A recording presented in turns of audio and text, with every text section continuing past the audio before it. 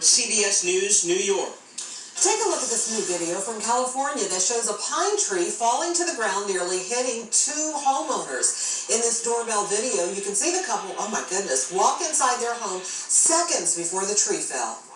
The tree gets, I look to the right, and then you see the tree coming down. That's when I ran into the house. After the tree fell, debris was scattered everywhere, across the front yard and in the street. Fortunately, the tree didn't hit anything. Removal crews had to cut the tree into pieces in order to haul it away. This morning, people in parts of Kentucky are dealing with flooding after heavy rain and snowmelt overwhelmed sewer systems. In Louisville, several streets are closed this morning after some cars became stuck in the high water. People who live nearby can't even remember when flooding was this bad.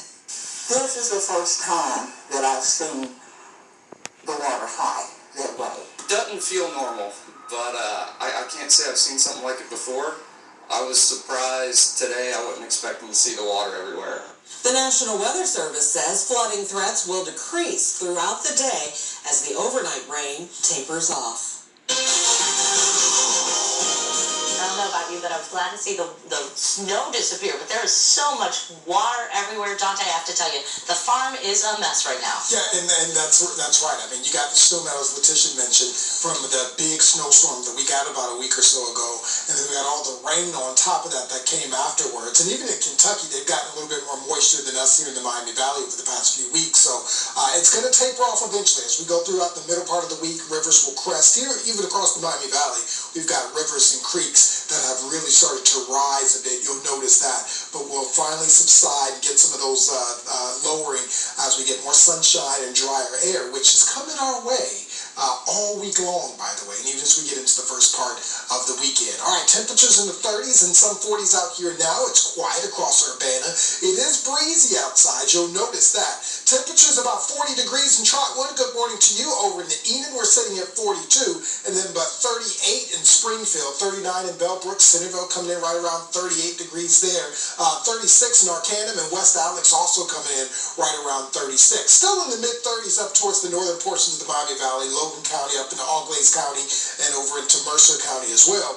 And then down south, we got 38 in Springboro, 36 in Wilmington, Oxford coming in right around 37. So good morning to you. And it's on the cool side. I wouldn't even call it chilly, because we've seen chilly, we've seen cold, but this is on the cooler side. But the winds will make it feel colder. It's about 20 to 25 mile an hour gusts coming in out of the northwest, so it feels like it's about 27 up in the Wapakoneta, Salina, 24, 23 in the Winchester, and about 30 degrees for us in Springboro is the real feel. So the hour-by-hour forecast will keep it cloudy for the first part of the morning. We've got some damp conditions around, and it's breezy, and then we'll tear the clouds apart about mid-morning, reveal more sunshine. It's sunny by the time we head towards the noon hour, and temperatures right around 40 degrees. So the winds stay gusty about 20, 25 miles an hour this morning, and we'll get even some gustier winds as we go throughout the afternoon. We're talking 30, 35 mile an hour gusts coming in out of the northwest, so it'll feel cooler. We'll finally back the winds off as we get into the overnight hours. So it's a nice little breeze first thing in the morning, and thankfully, because it's going to be colder first thing in the morning too.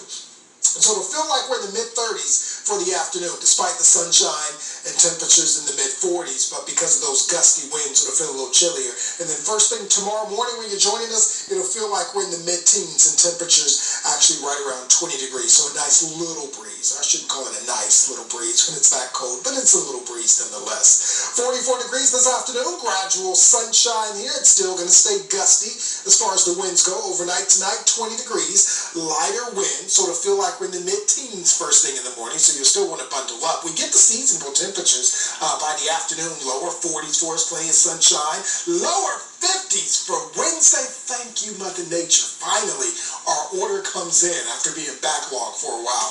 Plenty of sunshine for Thursday and Friday, too. Temperature seasonable in the mid-40s. So this is a 5-day forecast that we can jive with. This is what we want to see. Overnight lows in the 20s and 30s. You can always follow me over on social media, Facebook, Twitter, and on Instagram. You know who I follow on social media?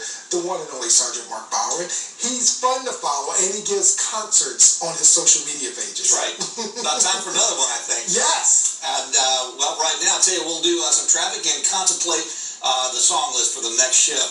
Right now, Dontae, we're looking at some good weather conditions and driving conditions for that matter. Here's Route 35. at Woodman Drive. This is in the Riverside area. Looks good here. Travel times have been good. We just checked southbound 75 from Interstate 70 to Route 35. It looks like that 9-mile drive is going to take about 9 minutes. I'm Sergeant Mark Bauer, WHIO Team Traffic. Sergeant, thank you. 522, 39 degrees. A new device could prevent traumatic brain injuries in athletes. How this collar works to protect the skull and the brain. A local bakery is closing its doors. A look at what the future holds for St. Anne the Tart.